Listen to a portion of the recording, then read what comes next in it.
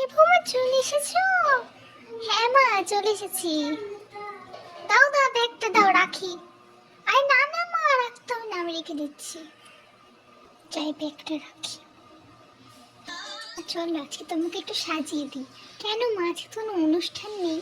না এমনি তাহলে সাজাবো, এসো চলো আমার সাথে। Like what?